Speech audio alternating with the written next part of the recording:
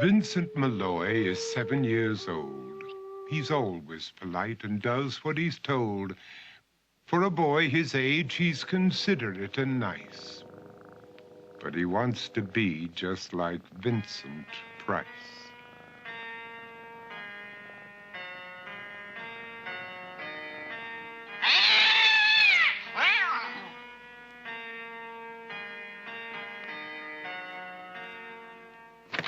He doesn't mind living with his sister, dog, and cats, though he'd rather share a home with spiders and bats.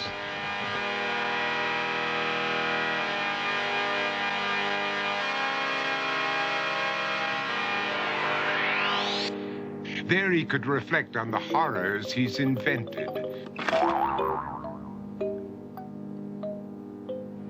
And wander dark hallways alone and tormented.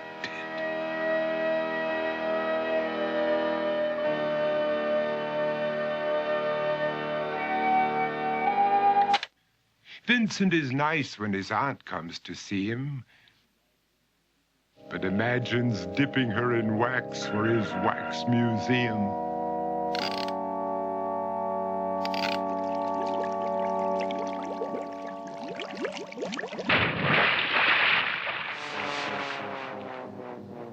He likes to experiment on his dog, Abercrombie, in the hopes of creating a horrible zombie. So he and his horrible zombie dog could go searching for victims in the London fog. His thoughts, though, aren't only of ghoulish crime. He likes to paint and read to pass some of the time. While other kids read books like Go, Jane, Go, Vicent's favorite author is Edgar Allan Poe. One night, while reading a gruesome tale, he read a passage that made him turn pale. Such horrible news he could not survive, for his beautiful wife had been buried alive.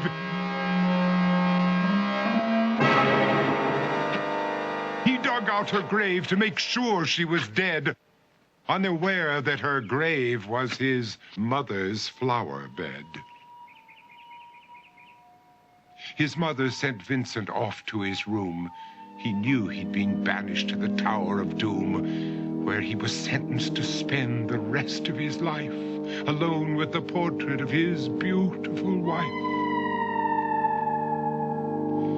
While alone and insane, encased in his tomb, Vicent's mother burst suddenly into the room. She said, "If you want to, you can go out and play. It's sunny outside and a beautiful day."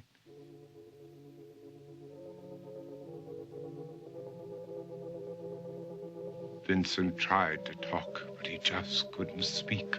The years of isolation had made him quite weak. So he took out some paper and scrawled with a pen, "I am possessed by this house and can never leave it again." His mother said, "You're not possessed and you're not almost dead.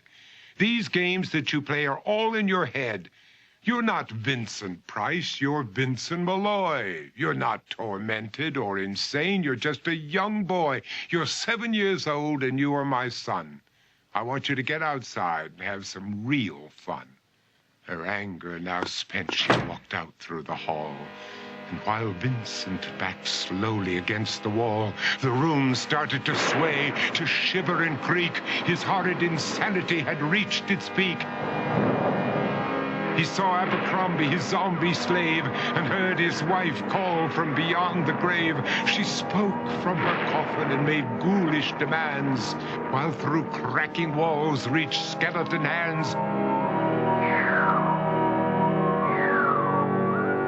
Every horror in his life that had crept through his dreams swept his mad laughter to terrified screams. To escape the madness, he reached for the door, but fell limp and lifeless down on the floor. His voice was soft and very slow as he quoted The Raven from Edgar Allan Poe. And my soul from out that shadow that lies floating on the floor shall be lifted nevermore.